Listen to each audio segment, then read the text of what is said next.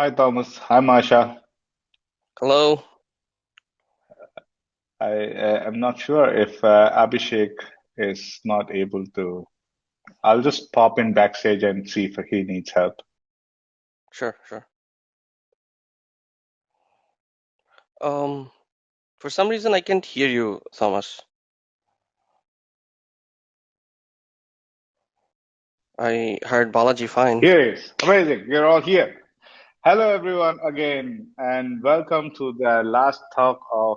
Oh, did we lose our two co-panelists? It seems. Let me again. Sorry for the little inconvenience. Okay, here's Abhishek. Here's okay. All of us here. Awesome. Hello again, and welcome to the last talk for the day for the hyper casual track. Please remember the track also runs tomorrow, so please stay tuned in. So yeah, so far today we talked about ideation. We talked about testing the marketability potential for your idea. We talked about using data during, to make your next hit game or, to publish your game or to kill your game. And now I'm super excited to welcome these three accomplished speakers who have seen it all, right? Multiple times with multiple prototypes, with multiple publishers. So I'm really thankful again to Abhishek, founder CEO of Funcel Games, Masha, founder CEO Alpha Potato, one of the super earliest hyper casual hit makers I know of. If you guys know I It, that was a trend making game. Masha made it. Thomas from Playgog from New York. So thanks for joining us from different time zones and here to share all your insights. So here we are going to talk about running a sustainable hyper casual studio and key pitfalls to avoid because as we all know it's a matter of sheer volume, right? So it's important to see how you keep your lights on while you find your first hit or mini hit. So guys, if you would like, I would like please go ahead and introduce yourself, something about you, your studio, where you're from, and maybe name one hit game of yours. We can start from you, Abhishek. You're on mute. I can't hear you, I think. If you have some other Google Meet or something, you just have to close it. I think the audio needs to be on this. Can you hear me? That sometimes happens. Yeah, now it's better. Yeah. So I just had to turn off and on mute again. No So worries. yeah, I'm Abhishek. Thanks Balaji for introducing, and this is a great conference going on here.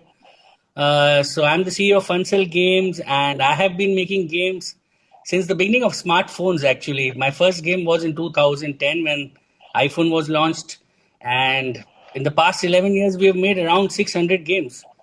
So the first hit, I had to wait 9 years for the first hit. And in 2019, we made a hit with Idle World. Actually, it was not a hyper casual game. You know, the hyper casual term was coined a few years back only. And then we have a team of 70 people now. We started with just me. And, and we have hits like Chores, Stairway to Heaven in terms of hyper casual. And we have made games like 9 Months, Idle Human, around 250 million downloads across all our games. We've worked with publishers like Land Studios, Roma Games, Green Panda, Tap Nation. But it's been an amazing last 2 years for us. You know, it's a game changer. And trust me, there's no better industry where you enjoy what you do. You have to. There's no other way. Great. Thanks, Abhishek. Yeah. Yeah, Thomas, if you would. We can't hear you either. I think there's some You problem just with the. toggle the mute on and off. Yeah. Yeah. No, Oh, sorry.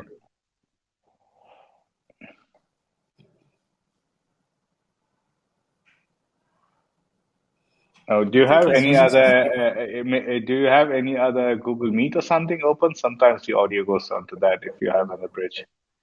No. it's Uh, on.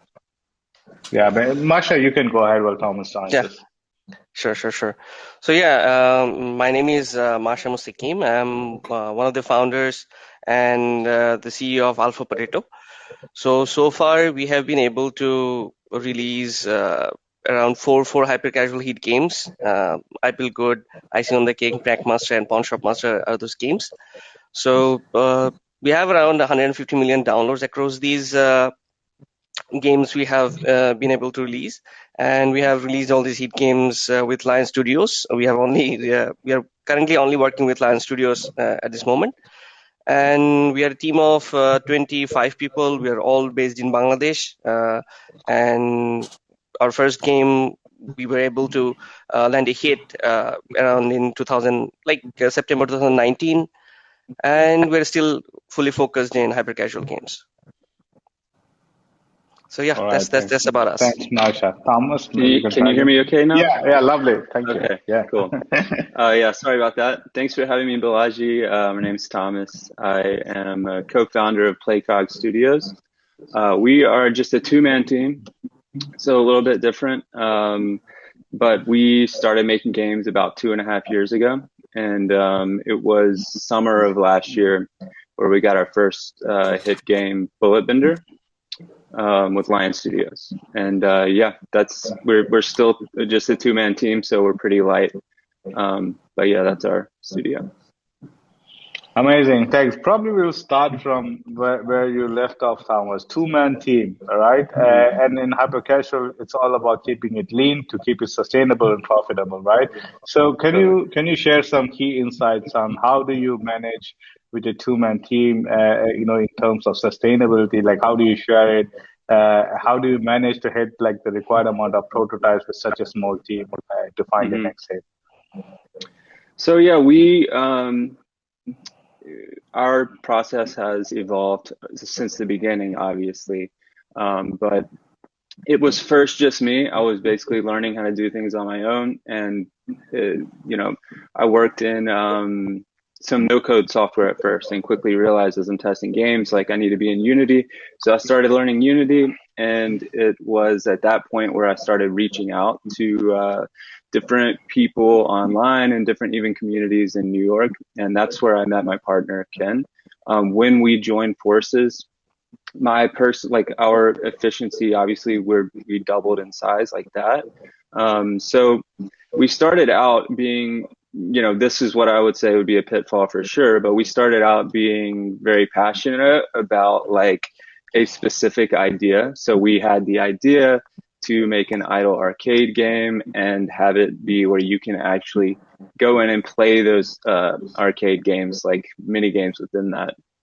And the big pitfall there, I would say, was we spent months and months on that, and I don't even think we got it to test. So we quickly realized like we need to be faster.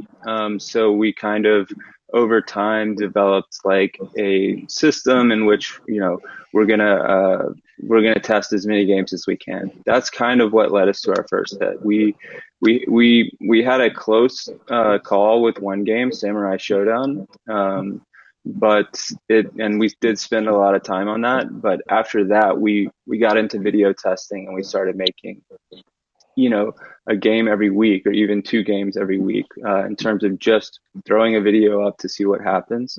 And yeah, it took us, once we began that process of just being like, we're going to solely do video tests. It was our 6th or 7th prototype that got some traction and led us to a deal. Nice. And obviously, Marsha and Abhishek, you two run a different scale than Thomas, or like I would say even most of the Western developers that I meet out here. But you also keeping an eye on sustainability, right? Before you even hit profitability. And in the game of hypercasual, you have to work with so many ideas, so many prototypes till you find your hit game. Like you mentioned, it can be hundreds, it can be like whatever. So a key thing is how do you prioritize your ideas or your prototypes, keeping this sustainability in mind. Yeah, can you share any insights on that? Maybe Masha, you can go first. Sure. So yeah, I mean, like when we just started with hyper casual, what we used to do is like come up with ideas and like go at ideas when we felt good about it. It's like, okay, this idea feels good and this is going to be an awesome game and let's do it. And one of the problem of doing that is, like any idea you can think of in a hyper casual area, either it has been done or like it has been done phenomenally well. So whenever you come up with ideas, market research, in my opinion, is extremely important. And like knowing what kind of games have already been done, and whenever you come up with a concept, is there any social media trend about it? Is there any uh, you know has it been executed any in recent time zone? What are the current top charts game like trend telling you? So keeping those in mind, you need to prioritize the ideas based on your assumptions that like this is going to be the next trend, or like this game possibly has this concept has possibly has this potential because of these reasons. So by making those assumptions and like testing to test those assumptions, you should choose your games and like make something and test it in the market. And as Thomas has been doing it, like many developers also do this, and this is also a very good idea to like just make videos, see what's doing, how much traction are you getting in that video, and then like you put more time into that concept. So I think that's the way to go.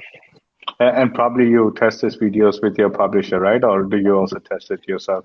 Currently, we do only with like Yeah. executable, like playable prototypes. One of the reason is like the videos oftentimes like you can get false negatives, but like videos definitely get you like an idea about what game can do good, but oftentimes it does give you like false negatives.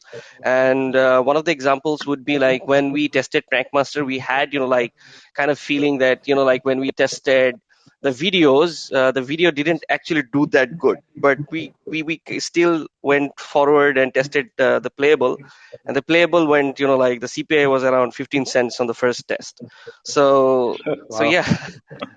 So we mostly we try to test with playables, but whenever we feel like the playable is going to take a significant amount of time, we try the video. Cool. Abhishek, what about you? How would you go about like prioritizing to make sure that you're using your resources wisely?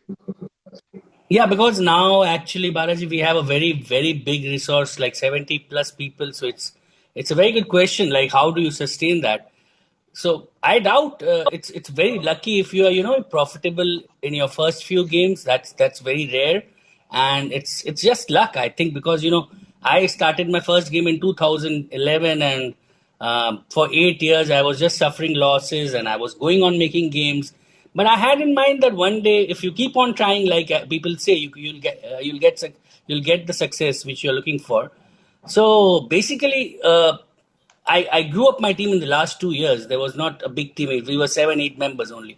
So if you want to, maintain sustainability, what we do is this video thing which Masha just spoke about. We tried it for 1 year, around 9, 10 months. But the problem with that is that it's not accurate. So to make the video also, it's better to make a game, because nowadays what people are doing, we have around 15,000 to 20,000 game apps released every day. So what people are doing is they are just making 4 or 5 levels, and they are testing for CPI, because if you have a game on Android store after the ATT, we are only launching on Android now. So the point here is to just make a simple game with 5 levels. If it's not a level based game, it's a runner game. You make it enough so that people know what the game is about. But looking at the top charts and making those kind of games is not what we do.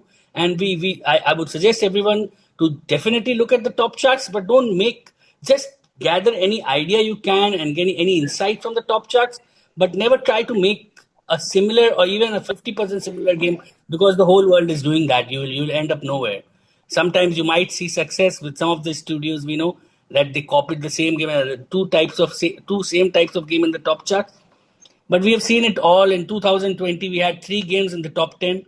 So on a single day, 11th August 2020, I still remember. So we had Stairway to Heaven on top, and 9 months, and another game.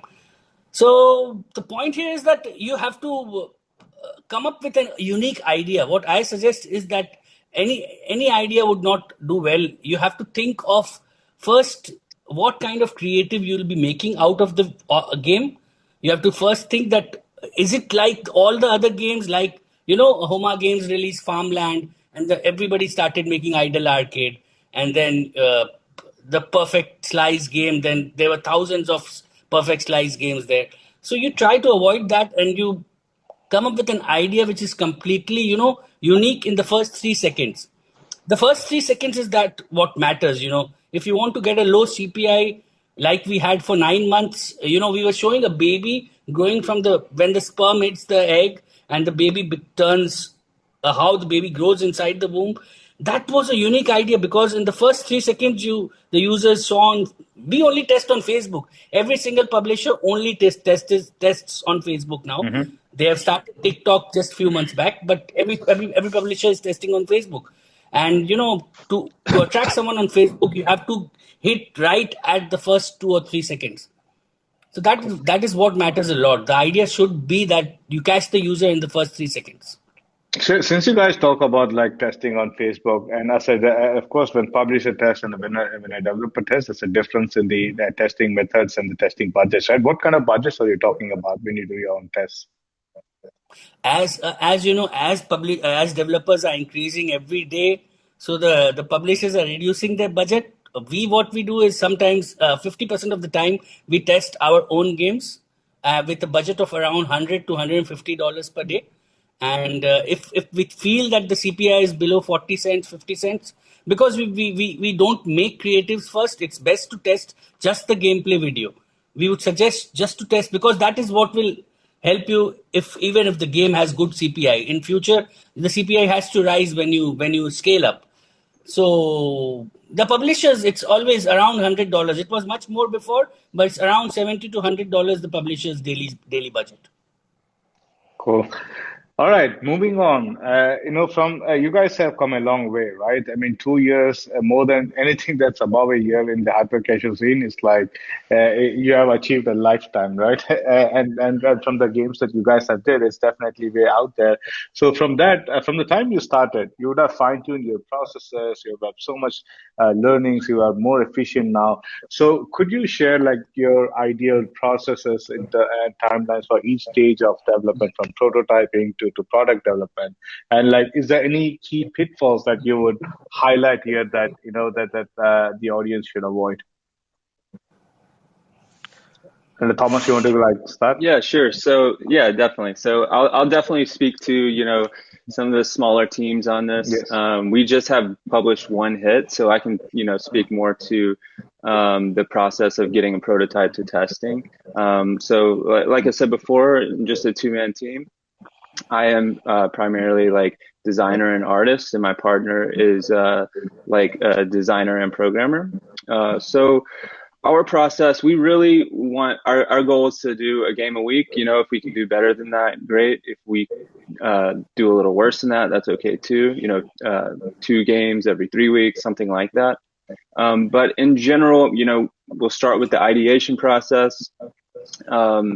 And form our ideas, based on the market, based on something totally outside of the market. We really have no like set parameters of what we do in order to come up with an idea. But yeah, just speaking about the actual ad that you're going to be showing, we always have that in mind. What's the first 3 seconds going to look like? What's going to differentiate this and get someone to download the app? So once we have that ideation process, or once we have that idea, I will go ahead and jump in the scene first and just put everything in there that is going to be seen in that video. And then once I have everything set up, this is not polished. This is just like the bare bones, so that I can pass it off to my partner, Ken. And he'll actually duplicate the scene and go ahead and start doing the programming, making things work, making things happen. And during that time, I'll either continue to work on the environment, continue to work on the UI, stuff like that, or I'll move on to something else that we have in the works. With us, it is always like we want to always have something to work on, even if that's the next project, even if that's a past project that we're redoing something. So once I pass it off to him, yeah, maybe I'll go back and work in the scene, work in the environment, wait for him to bring it back, and then I'll kind of put the final touches on and make the video. But that's generally it. Like, it's just like a little bit of passing it back and forth, and yeah, once we have the video, we'll make those videos and then quickly move on to the next thing. We're not too sacred about, sometimes you can get caught up like trying to do one thing. It can take you a week to like figure something out. If it's not essential to the core loop and the gameplay, we'll just try to move past it and be like, hey, is this important? Is this going to be something that if we do this, it's going to make a huge difference in that CPI? Then we'll spend the time and make it work. But if it's not, if it's just something that we think is like complementary to the main core loop, then we'll pass on it or do something different with it. If that makes sense. Focus on the that's core kind of loop. our process as a two-man team. Yeah. All right, Masha. Yeah, I mean, Thomas kind of covered it all. I mean, whether it's two-man team and, 20, at least what I feel like in a hyper casual, the process would be similar. You have to keep lean. Even if you have, like a big team, I think you should always go for, like micro teams, like 2 or 3 people teams, and, like come up with ideas that you think is going to work based on your market insight and publisher feedback, publisher insight, and then, like execute as fast as you can. Usually what you do is we judge the idea and make plans on it, like is it going to take 1 week or like 2 weeks. Usually we do within either 1 or 2 weeks timeline. Sometimes if the concept is extremely small, then 2 to 3 days, but mostly the kind of concepts we try takes usually 1.5 or 2 weeks, rarely three weeks, but like always as fast as you can make the playable, test it and go from there. So that's for the prototyping, like concept and prototyping. And as soon as you have, low CPI, you basically plan out the, the contents and you start making it. And mostly, one of the challenges you face when you don't have, low CPI in the first test, but you have a very good level funnel where you might be thinking like it has a good funnel and it has a possibility to try out different gameplays or different approach, or like try out different videos, or like try out different creatives for the game to reduce the CPI.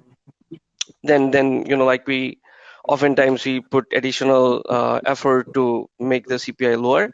But so far what we have seen is if the concept is really new and unique, you would get low CPI usually within the first or 2 tests. If you're not getting it, then it's best to move on.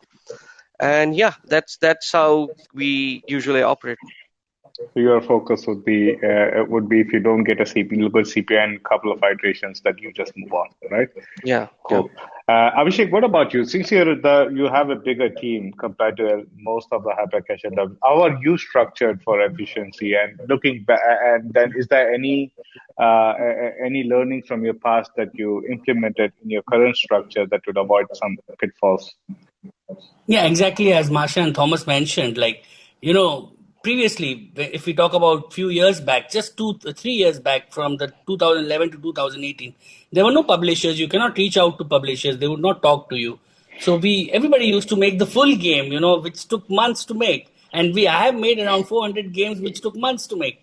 But things have changed. And, after the arrival of hyper casual, in the past 2 years, it has become so difficult and so competitive that 80% of the games released every day are hyper casual games. So what we have done is we have kept 3 segments in our team: one working only on idle games, one working on casual games, which takes a longer time to make if we are sure about the idea, and one is the hyper casual team where we come up with ideas and we design prototypes. What we do is it takes around, we release 3 games every week. But if you're only talking about hyper casual games, we release 2 hyper casual games a week. And once we have an idea, we have a big 3D team, so we don't waste time designing much, because nowadays Unity Asset Store has got everything in $15, $20. You just buy it. In fact, one package of the character people package has been used around in more than 5,000 games. that black the dark theme people and all. Yeah, I So know what you're talking what I about. would suggest is that even one person can make a game now, because Unity has all the Unity, Turbo Squid, CG Trader. You can get assets, you can get animated assets from there. If you're talking about 3D games now, the hyper casual, when you say hyper casual, it's become so big that you have to divide hyper casual into 6 or 7 classifications itself. What is hyper casual? Which game is hyper casual? Is it a swerve mechanic game, runner game? Is it a narrative game? Is it an ASMR like I Feel Good, soap cutting? Or is it a trivia based? Is it a choice based game like Save the Girl? So how you decide what to do, which type of game to follow? The easiest ones are the choice-based games to make. The trivia games. These are easiest runner games. If you have just one engine, then you can make at least 100 runner games with changing the concepts. But it's becoming more and more difficult every single day. So yeah, hyper-casual industry is very, very So challenging. Very you challenging. mentioned you do 2 or 3 games per week, right? And what's the Three game team size for each of this game? How big are the teams? we have around 3 to 4 members per team. 3, 4 members per team. Okay, cool. Yeah. All right. Mhm. So we all talked about like, what do you when do you move forward, how to invest more time and money in iterations. Thomas talked about like improving the core mechanic. Masha talked about CPI. Abhishek, you talked about just hedging your bets, which is a luxury of having a bigger team. If I were to ask you about, and which is a very key aspect, according to me, for being sustainable, is what would be the top 3 indicators for you when to kill a game? It's we're all talking about like moving fast and moving on, right? So yeah, if you have to like take the top 3 indicators, what would they be? Definitely, CPI and CTR not being the threshold of something you think that's going to work, and that is different for, I think, everybody, to some degree. But like, yeah, like 30-cent CPI, if it's very north of there, I mean, if you're in that ballpark, there's stuff you can do. But if you're way above that, then it's like this is not going to work. Again, there's exceptions to the rule. Like maybe you have an insane engagement, and with the prototypes we're testing, the retention rate, the first prototype, the retention is not going to be 40%. So that we don't look at as much. What we think you can look at is just engagement in general. And again, with these MVPs, like it's different for each one what you think. But if you see, hey, this game only has like 4 levels, but people are playing it on average for like 7 minutes, that is something that can be a sign that can kind of counterbalance something that's on the cusp of a bad CPI, and maybe you'll try to keep going. But maybe you'll try, changing something up with the videos. But in general, like if it has poor engagement and it's in a 50 plus CPI range, that for us is a kill. Yeah. Do you also, since just a 2 people team, you have to be super efficient, right? Do you also time block your process, like your iterations? Let's say you don't want to go beyond a certain number of weeks, because there's always this hope, right? It can increase 5%, it can increase 3%. Yeah. No, I mean, we don't have anything like that where we're, saying, okay, we spent this much time on it. We're really always looking at whatever that next point is. If we decide, hey, we are going to iterate on this, let's try to do that, just as fast as we can. But yeah, I mean, there's nothing these days that's going to be like, hey, let's, iterate on this game and try something with it. And that flipping it or changing it is going to last like a month or even like 2 to 3 weeks. Like that's just not really going to work for us, unless there's a lot of signs that we definitely should do that. So yeah, we, in terms of time frame, we don't really look at that. We just look at like the next kind of marker that we're trying to hit and try to get to that point as fast as we can. Cool. Masha, what would be the top 3 indicators for you to kill a game? Yeah, Not kill so prototyping. Yeah, so Thomas covered it, and it's pretty much similar, like across all the hyper casual studios, because you need to follow these similar standards. So for us, if you there are like there aren't like like top three indicators. We're basically mostly look at just the like the CPI and the engagement. And by engagement, when we make the prototypes, we just make like five level games. And whenever we cannot like define levels, we make sure like we have at least 5 to 6 minutes gameplay there. And when we are seeing the numbers, when we want to make sure like the level 5 completion rate at least has more than like 85%, 80 to 85%. And like CPI definitely has to be like 30 cents to move forward. But oftentimes it happens like you have a 60 cents CPI, 50 or 60 cents, but like you have a really nice engagement rate like 90% level 5 completion. So that's when that sort of things happen, you like we oftentimes put more effort to figure out if we can reduce the CPI and what kind of retention and like the interstitial view rate we can get. But yeah, I mean, when we see we don't have a strong engagement rate and we don't have a strong CPI, it's an easy kill.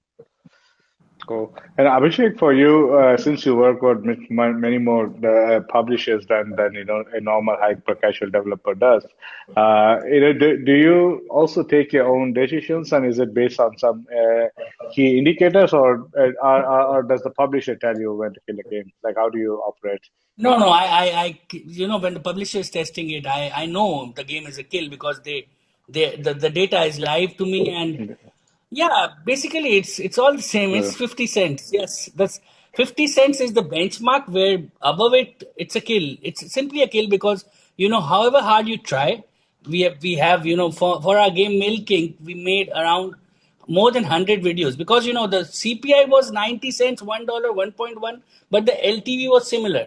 But when we tried to scale it, the CPI went up to 1.3, 1.4. So it was not a hyper casual game. So in hyper casual game nowadays, to get a 30-cent CPI, it's like 1 in a 20 or 25 1 in a 25 chance, like 4 or 5% chance. It's very, very difficult. So if you even get a 60 cent CPI, we don't usually kill a game, because 60 cent nowadays, because of the testing going on in Android, everybody is only testing in Android, because after the ATT for the Mhm. past 5 months, 6 months.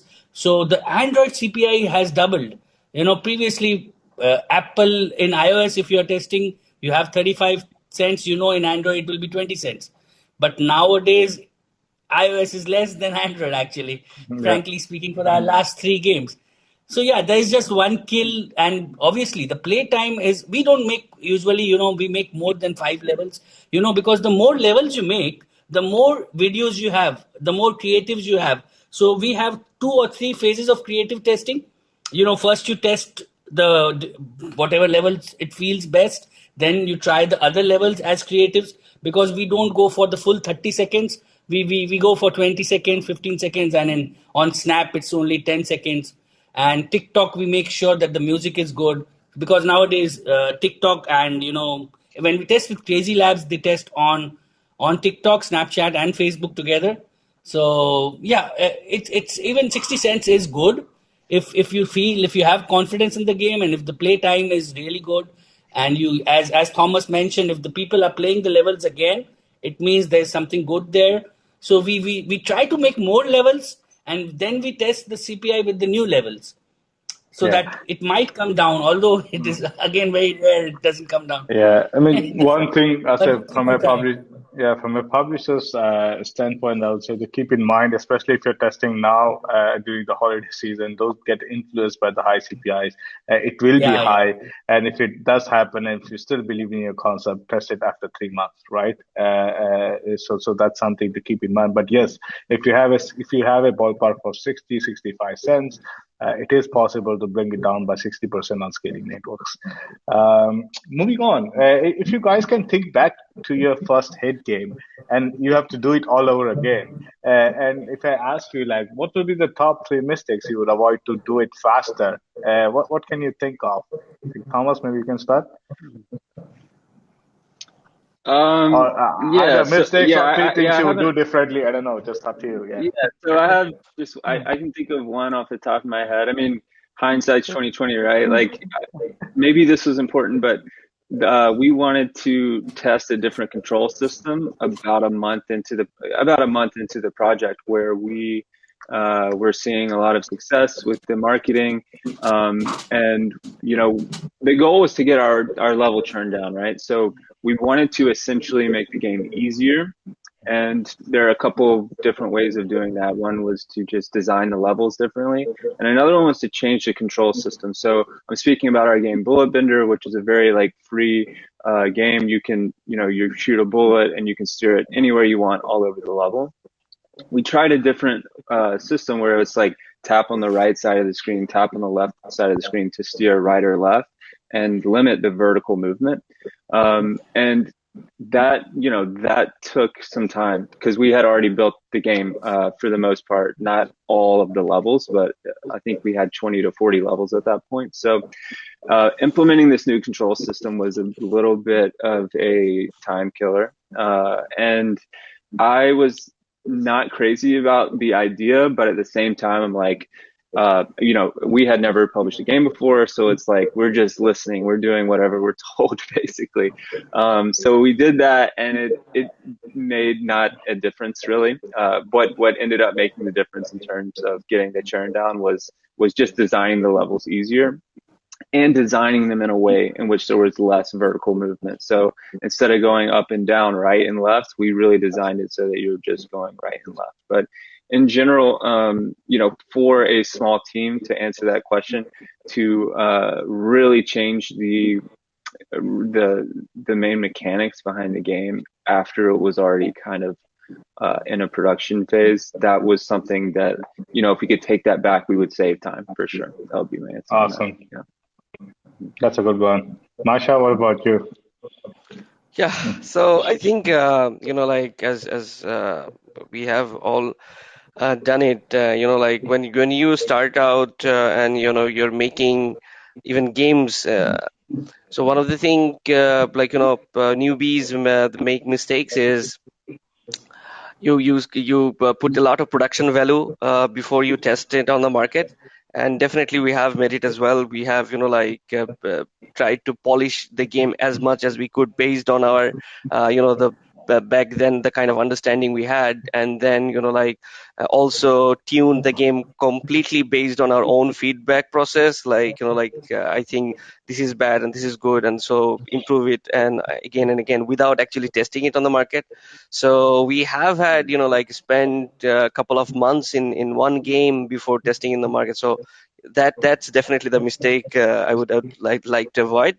Understanding what is the core of the game, and when you are testing it in the creatives, what is the user is going to see in first 3 to 4 seconds. Keeping that in mind, and making games keeping that in mind is the most important thing. And but one of the smart thing I would say we did is I understood that we don't understand enough about hyper casual games. Back in 2019, we picked a good publisher and followed them based on what is good enough and what is what is the core of the game and how much is enough for testing. So we relied on that sort of guidance in the beginning, and it paid off. So that's the If you were thing. to do it Yeah. again, you would Yeah. look for a publisher sooner. Cool. Yeah. What about you, Abhishek? No, I think Masha and Thomas have covered it because first time when our first hyper casual hit was chores, and as Masha said, we put everything into it because we thought it was something new, cleaning the fridge and doing all the chores of the house. But as Masha said, if you have a good publisher, you should listen to them, and you should not think that what you are doing is correct. So we you know we listen to Lion Studios. Nick is very intelligent. Erin Choi is great in Lion Studios, and they you should listen to your publishers. They, however, how many games you have made, but the amount of games which they test and the knowledge which they have, You can never have. You are a development company. You can make 3 games a week. They test 3 games in an hour. So they have much more knowledge. They have much more art style idea, what works, what kind of a small UI change, like the change of a button or the speech bubble, can make the whole lot of a difference in the CPI. So it's better. What we thought was that this is good, this is nice, this is looking amazing, bright colors or the dull colors.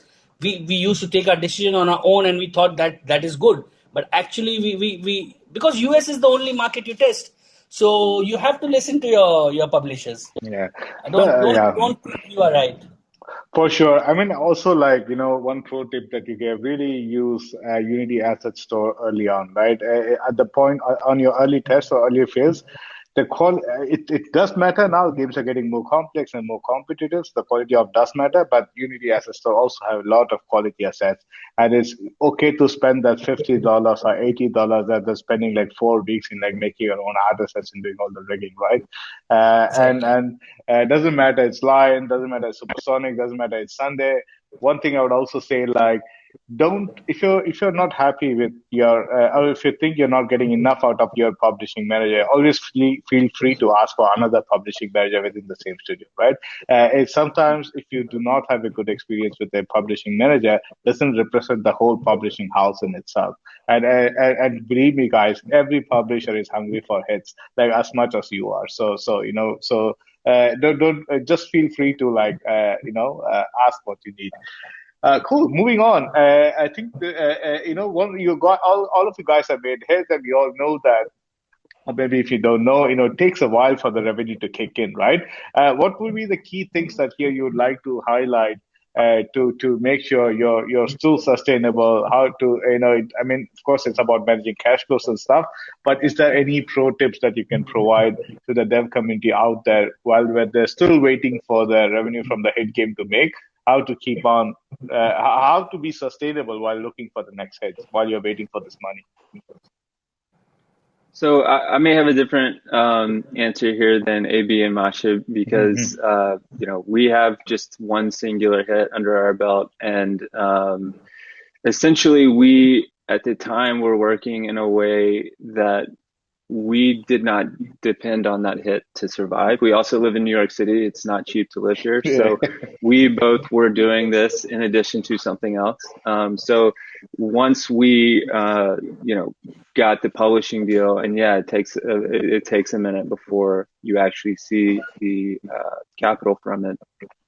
We weren't like, we were still continuing to do our other things to provide income for ourselves, and we were never dependent on the finances, and I think that's important for someone starting out. It's not for maybe everyone, like maybe some people have startup capital, but for a smaller group or a singular person who's trying to get a hit, I would say I wouldn't go into it dependent on that hit. There are things like if you put things in a pressure cooker, like sometimes that can create success. Like if you do put yourself in a situation where you have to make something happen, there are stories in which that can help accelerate your growth. But for us, it was not that. It was like, hey, we're doing this, for fun at first, and then when we started testing and started getting things close to a publishing deal, we started to actually believe, okay, we could turn this into a real business.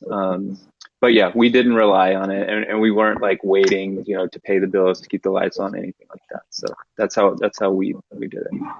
Cool. Masha? Yeah, I mean, unlike Thomas, but we have an advantage of, living in the Southeast Asia, and cost is, significantly cheaper. So yeah, so for that, definitely, like for us, what we have been, fortunate enough to raise some capital before, we got our hyper casual hit. So we were living on that capital for 6 or 7 months. But then one of the thing, currently it's very common among the publishers is opportunities like pay for per prototype, or supporting the studios monthly basis. So that's sort of opportunities out there. So if you're a good developer, and like if you have good capacity, and your publishers are impressed by your execution quality and speed, I think it's easy to like get per prototype or like monthly studio support from publishers. So that is helpful. But yeah, I mean, for our case, we have been fortunate enough to be in this region, and then raise some capital, and we have been able to like get around three or four hits. So we have had enough sustainable cash flow to sustain for a long time before we get hit. And we know that like even with the 25 people team, it's definitely possible that like you haven't gotten any kind of hyper casual hit like within a year or like 1.5 year. So if you have enough cash to sustain like for 1.5 year, that sort of planning you should have. And it's definitely possible, like as I said, you might not have a hit game in 1 year, and then like you might have hit game couple of three or four hit games in 1 month. So that sort of planning should happen. And if you're going through a cash crunch, I think if you're a good developer, you should get the support from your publisher financially as well. So I agree.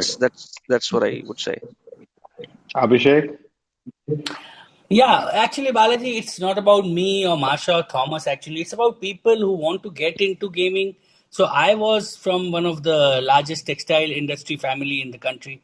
So cash was never a problem for me. But as Marsha said, Indian subcontinent is very, very, uh, cheap in terms of development costs. So that was not an issue. But if I'm talking for all of them who want to make a hyper casual game and still sustain, it's the best thing is what Thomas said, is that not to be fully dependent on the making of game. Although you divide your time in such a way, you sleep a bit less, but there should be a cash flow coming in from one side. And once you see a game which is even giving you a revenue which is even break even, then you try to improve that by adding more content in the game. What we did, we introduced the flying RV first in our game Idle World. We introduced a new thing called a flying RV, where it floats around and the user taps it. That was one of the biggest creation of my life, because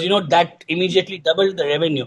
So basically, you should not be, if you have cash crunch, then you should, as Masha said, approach the publisher. If you have confidence in yourself, the publisher will help you out. I've heard that some publishers pay you three to $5,000 to make a game, although we never charge that. But some publishers are really, really supportive, and not give up on your dreams just because of cash crunch. You try to keep on hanging there and think of new ideas, dream, sleep, eat games, and you'll have a hit. Yeah, right. Just tapping on that, as a publisher, at least I can speak for Sunday, where I work, right? Yeah, as a publisher, we are aware that it takes a lot of efforts and a lot of iteration, a lot of games to make this hit game, right? Even for a publisher, I mean, multiply that by 100, and this is what we do, right? And we are aware that it is our responsibility also to support you if we see the potential in you. And like Masha mentioned, there's so many different types. Like you can ask for paper prototype, you can, and if you have a track record, you can ask for a retainer. But here, I would also recommend that, let's say we're talking about a situation where you have a hit game. It's totally possible to have an open conversation with your publisher about, like, it's always for a publisher, it's about return on ad spend, right? Let's say your D3 LTV, and if you look at hyper, it's changing now, but like you try to make 90% of your ad say like within 7 days, right? But let's say, like Abhishek said, or Thomas mentioned, I think Thomas, in one of your conversations, you mentioned you could work on like having more RVs consumption that led to like increase in revenue stuff. If you're able to do that, you can always have a conversation saying, hey, how about we see what the D3 LTV is, and based on that, can I get a payout earlier? Based on that, can I get a minimum guarantee? Based on that, can I get a bonus, right? To be honest with you, for every publisher, in 15 days, Next would be 30 days, you would know how much you would make in this game. It doesn't matter, it comes after like 2 months or 3 months, and it's in the publisher's interest that you sustain, that you are alive and you make more games. So be open and be courageous enough to have these conversations with your publisher. I can tell from our own way of working that we totally support it and accommodate it. Right? Cool. I think I'm just watching the time. We have some more time. We talked a lot about publishers. Just one question on the publisher side, and since you guys have been talking to so many publishers, right? From the point of view of sustainability and profitability, and making sure that you don't go down. What would you be able to highlight a red flag that you would see in a publisher, which you'd be like, okay, if I have to accept something like this, I would definitely go down. Like just for someone who's starting new here. Yeah, definitely. And this kind of comments on what you said, Balaji, as well as you in the previous question, AB. That is, the publisher knows a lot. They're testing 100 times the amount of games that I am testing. And they have knowledge, right, that you do not, especially about the current market, the current trends that are happening. So for us, yes, we've talked to a few different publishers. We found it, being again small, like it's very important that you're not just given access to a dashboard and told, all right, go do it, go figure out how to do it. We wanted to work with someone who's going to help us, right? So we're going to share information, we're going to help each other grow. That was something that was really important to us, knowing that, like, we're small, we're new. This is, at this point, we're not new, but, when we were starting, we were new, and we wanted to work with someone who was going to help us and not just be like, it's all on you. So for us, that was super important. Like someone who's going to help you identify trends, someone who's going to even share ideas with you. Like, hey, let's try this game out. Why don't we do one game from the publisher side and you guys do one of your games and test it? And that can kind of help give you insights into, things that you wouldn't know if you were just only given access to a dashboard. Yeah. Awesome. Yeah, it's super important that you not just you learn in your journey, right? And this data and dashboards are what about help you. Cool, Masha. Totally. Yeah, I mean, I would say I would just like agree with Thomas 100%. There's not much to add. I'll just share my experience.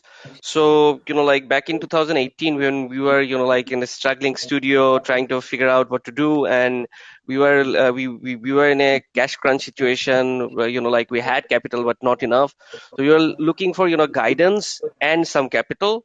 Like if we can hit some monthly deal and all, but like 2018 wasn't like as like hyper casual evolved significantly from 2018 to 2020. There's much more publishers, and they're much more supportive. So back then, when what we're seeing that like none of the publishers, or like most of the publishers we are connecting, they were like, if you have a game, we'll test it and let you know the result.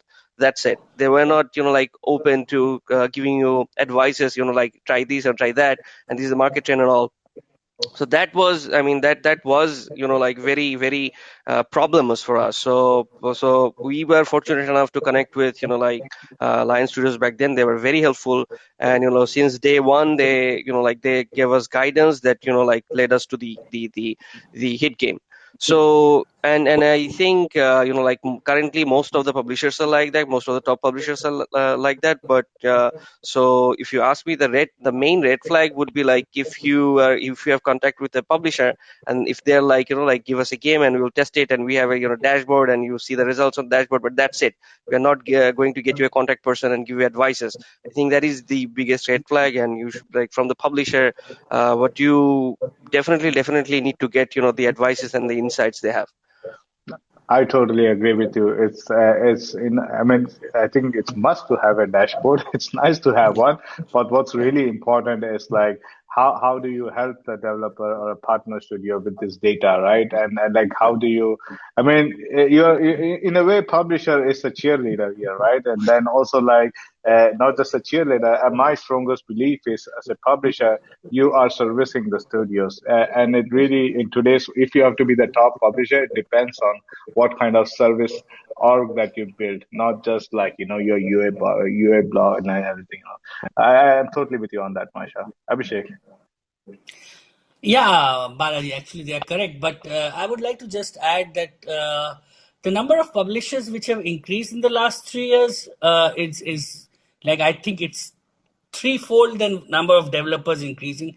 So we are still at a higher end here, where you can control the terms if you see the test is good, and the test is good. And basically, I have worked with all the publishers, all the top people like, Crazy Labs, Lion Studios, Quali, Green Panda, our Homa Games. And, the best part is when you make a game, I think you should choose a publisher whom you feel that this guy can do justice to my game. It's not necessary that any publisher will make a good game hit. It's not only about the CPI, it's how when you scale up and when you improve the game, even if you have a 15-cent CPI game, it might end up with an LTV of only 15 or 20 cents, and you'll end up not earning enough which you spent on making the game itself. So you have to choose your publisher very wisely. Don't sign an exclusive deal with any publisher, so that you are open to giving your games. Like when we make idle games, we know Green Panda are the best because we have the best experience with them in idle games. Lion Studios is amazing in idle games. Oma is amazing with Idle World. But if you're making hyper casual games, then you have to choose your publishers correctly, that whether they will be able to do justice to your game. Cool. That's the point.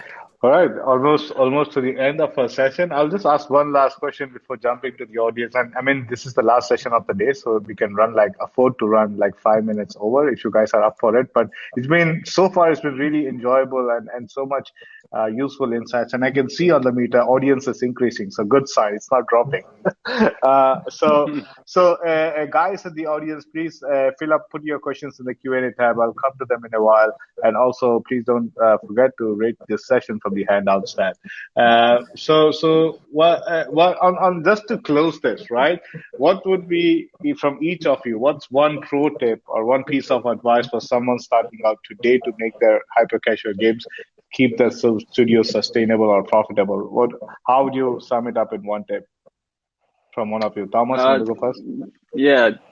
To sum it up, I would say don't get trapped in your own bubble. There's so many times where that could be a problem, whether it's trying to figure out how to do something in Unity or getting attached to one specific idea or even one specific publisher. It's like the more you're open and you're talking to more people and you're trying new things out, the better chance you have at success, because it's not always totally defined. Like, I know how to do this. It's not a straight line to success. It's really like you have to experiment. You have to try a lot of different things. So in general, don't get attached to one game idea and spend months and months on it. Just keep trying new things out as much as you can. Yeah. Awesome. Masha?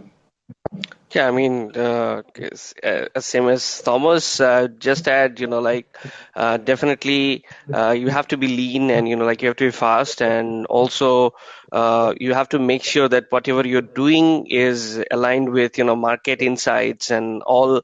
So definitely choose a good publisher and, listen to them and, work as closely as possible with your publisher. So that's the, pro tip would be from me. Great. Abhishek? Yeah, see, my pro tip would be a bit different here. I would suggest people to just not look at the top charts. You can get really caught up in that. I was caught up in that for a very long time. And, you should check out Steam games. You should check out sites like itch.io where people, if you want to create your own game by your own mind, the whole game, it's not that easy. You have to be really gifted for that. You have to be one of, a few in a million. So, check out the other games which are online games, which are PC games, which have not been done on mobile. Itch.io is my personal favorite. My first hit was because of itch.io. So I would like to say that check out different games on different platforms, not only mobile. And if you can convert those into a mobile game, which has never been done before, try that immediately. Don't try to copy and if you are talking about charts, go a bit down also. Don't look at the top 25 only. Go to the top grossing also and see that some hyper casual games are making money in in-app purchases also. Just don't get dependent on at current moment. You should not get dependent only on ads. It's not going to last long. We are changing things around completely in our studio. We are making more games which are in-app friendly and RV friendly rather than interstitial friendly. That will not last long. Just see the reviews. Just see the top chart game reviews. All are 3, 2.9, 2.8. Only ads, only ads. I did not click one button, only ads. How long do you think that will last? Okay, the people are used to ads now, but it's not going to last forever. That's interesting. From just as a pro tip from a publisher side, I would say follow the data, right? And then to add to that, you always need qualitative data in addition to your quantitative data. You have all kinds of analytics and tools and stuff, but sometimes, like Marsha said, there can be false negatives, right? And stuff like that. And the qualitative data is a good way to analyze that. And do not test with your friends and family first. They're always your cheerleaders, right? And if you guys, one service I can recommend, there are tons of service. The one I usually use personally for my own projects is Playtest Cloud, where you can you can just say, I want 5 players from the US from your audience that you're going to make the game for. And make them play like 10 levels or 10 minutes of your gameplay and really get like real good feedback or data. So that's what I would say. Follow the data and look for unbiased feedback. Cool. I think we can end this very engaging talk here and just go and dive into the. We are 1 minute over our allotted time, but if you guys are up for it, we can pick some questions from the audience. Sure. I'm here. Yes. I think this is a question for every developer. What will be a reasonable percentage revenue share that you can ask your publisher in a hyper casual segment? I know you guys can't tell exact numbers, but would you be okay to share a range? If it's not okay, we can move to the next question. That's also okay. I think, I mean, if someone should take it, Abhishek should take it. He has been through this, worked with many publishers. We have I have personally worked with only Lion Studios. So okay. Yeah, Abhishek, so, maybe since you work with everyone, we don't do anything less than. For the past 1 year, we have not done a single deal below 50%. Yeah, but I would we don't say ask for 60 also. We can ask for 60, but we don't ask for 60. It's a function of time. It's not 49, it's not 51. It's a function of time. Make your track record, make your hit game, and then it changes. Exactly. And it really depends on the quality of your game. No, Balaji, I would like to differ here. Just if you feel that the data is really good and you know that publisher will not let it go, there are at least tons of publishers who want a good game with a good data. You can really fight it out and bargain it. You can say, really, I like it. Again, function of time and place, right? And also depends totally on the LTV of the game. Exactly. Sure. Okay, and then I think Abhishek, you sounded a bit morbid, and that's why this question came up. Is hyper casual going to last? As I said, I said before that hyper casual is a very, very big term nowadays. You cannot just limit it to a runner game. It's going to last forever, because what is exactly a hyper casual game? It was coined by the CEO of Popcore in 2018, I suppose, Mr. Heinz. And what he meant by hyper casual was that since you have a mobile, you don't have a console where you have frame of mind is I'm gonna play that for 1 hour. So anything which you just pick up while waiting for a doctor, while just not doing anything in a plane or anywhere, we are waiting, then you pick up and play, that is hyper casual. So how can that end? Mobile is that. Mobile is in. There are more mobile sales than toothbrush sales. So hyper casual games can never end because people don't like talking to each other these days. They just want to, they just look at their phone, whether there's something on the phone or not, and they are tired of Facebook and Instagram. So they need hyper casual game just for 2 minutes, 3 minutes. Okay, this game I liked. I'll just run one level. I'll just swipe, tap few things, and yeah, hyper casual will last forever, but it's gonna become more competitive. So you should make good choices while making hyper casual. Great. Thomas? I agree. Yeah, I agree. Yeah, first, define hyper casual. To me, that is a game that you can play with no sound on the subway, no internet, with one hand holding on, another hand playing, and you can play for as little as 1 to 2 minutes. And while I'm sure it'll evolve over time, I think that in itself will always exist. People will always have a need for that. So I don't see it going anywhere anytime soon. Masha? Yeah, and I agree with all of them, and so we started working with hyper casual like from 2018, and literally from 2018 like I have seen lots of articles and like from industry experts like hyper casual is going down and all, and it's going to change and everything, and the industry has like acted very very differently from the forecasts and all.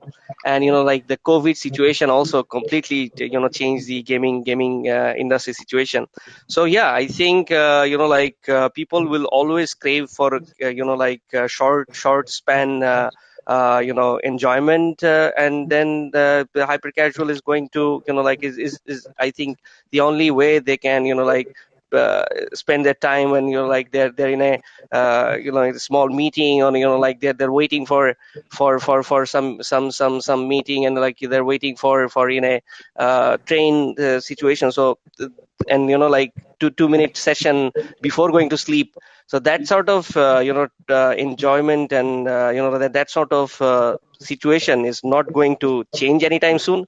So I don't think like hyper casual is going to end anytime soon. Yeah. Yeah, and so someone who's worked in different genres and different, I've been in the industry for the last 15 years, right? I would ask just two questions every time this question comes up. For me, one of the earliest hyper casual game was Flappy Bird. If Flappy Bird was made today, would people still play it? If the answer is yes, then there is a consumer. And if our ad-based monetization going to die? And then the other question is, are people going to play for every game they play, right? If the answer is no, the ads-based revenue is not going to die, and this is what hyper-casual monetization is about, right? So it's that the games are becoming, yes, becoming highly competitive. Games are becoming more complex. Players are demanding different experiences, but it's not dying; it's just evolving, right? Yeah.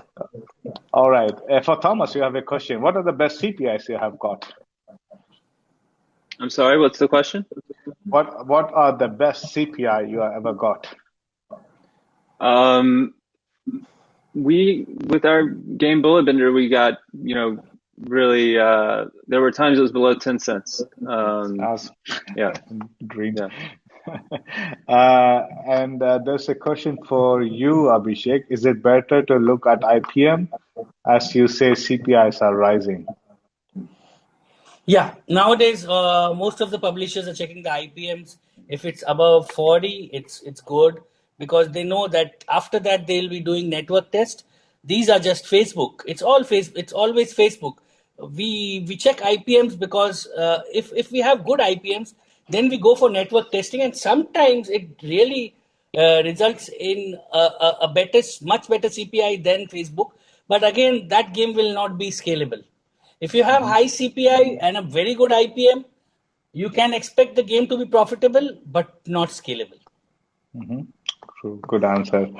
Masha, this is a question for you. What is the breakdown of your team? I would like to know what kind of breakdown I need for a 25 people developer team. Okay, so we have 10 programmers, around 10 artists and four product managers, game designers. So that like including me, it's around like 20 25 people. So I personally like help in product management, game design, and like market insight. So yeah, that's the way our team is distributed. And just to give a context with this team, how many prototypes do you do on an average every month? It depends on the size, but usually we do like somewhere between 10 to 18. There you go. So now you have the answer for this output. This breakdown works for someone who's been doing for a long time, right? Another question, and this any one of you can pick. What is the minimum daily installs and the duration of campaign that's needed for testing ad revenue, LTV, return on ad spend? As a developer, you wouldn't do that, but sure, go for it.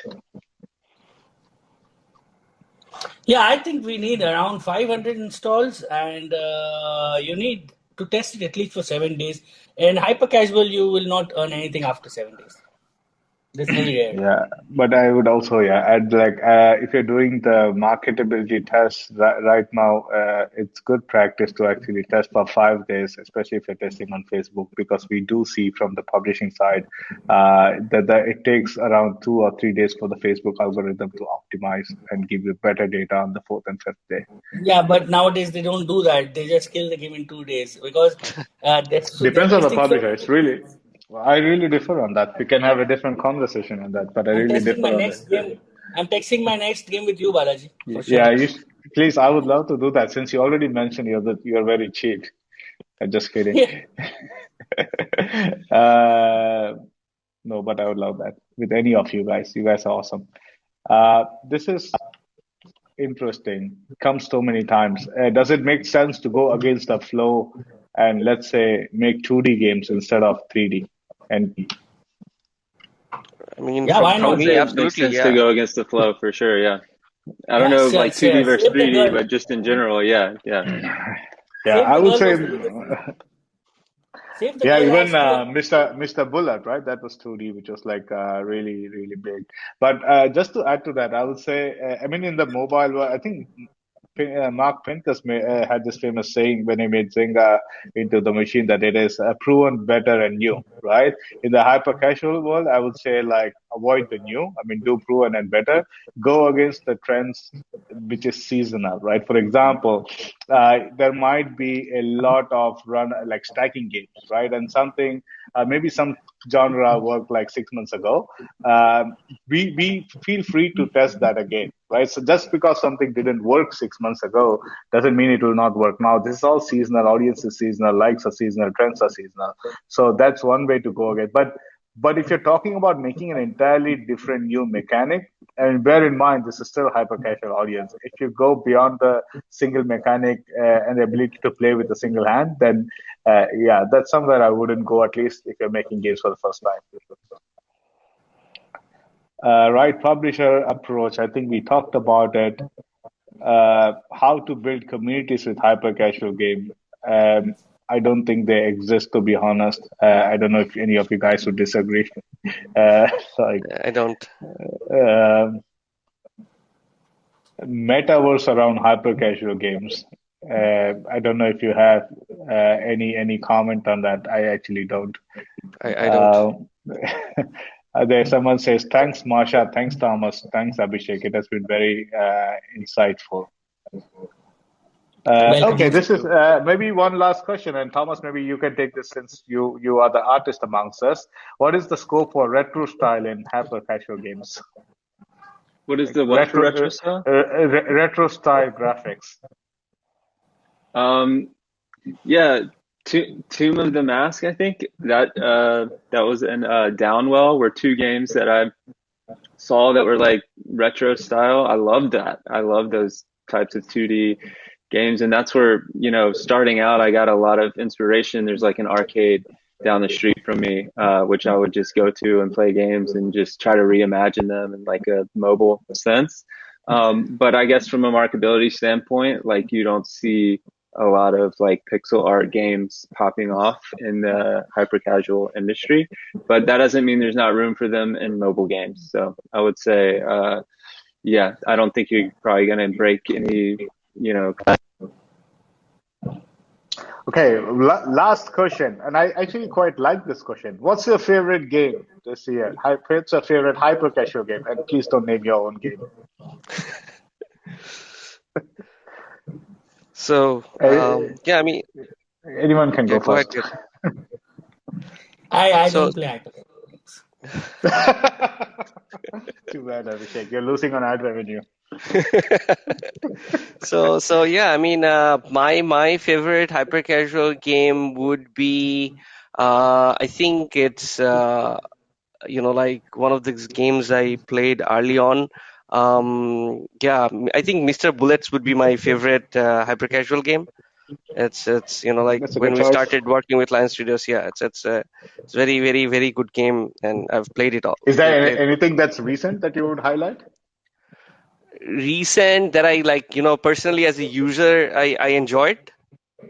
Uh, let me check my phone. I guess something will pop You, in my mind.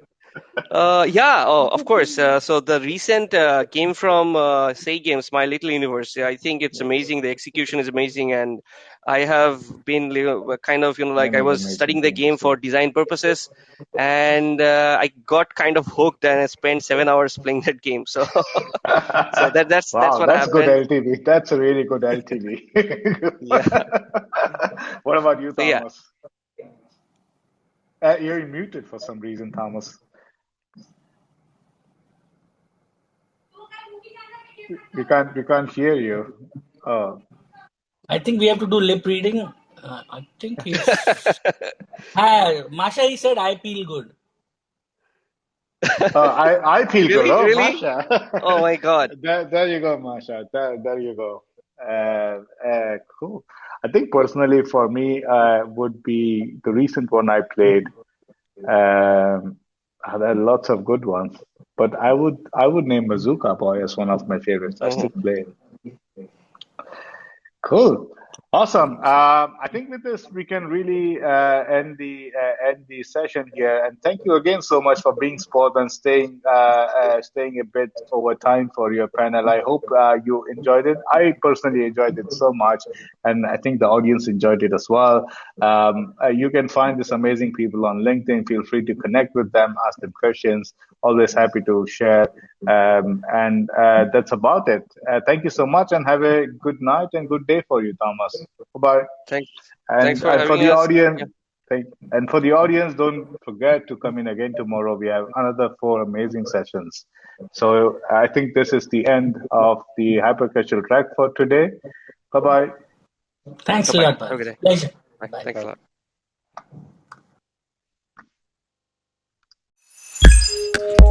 lot.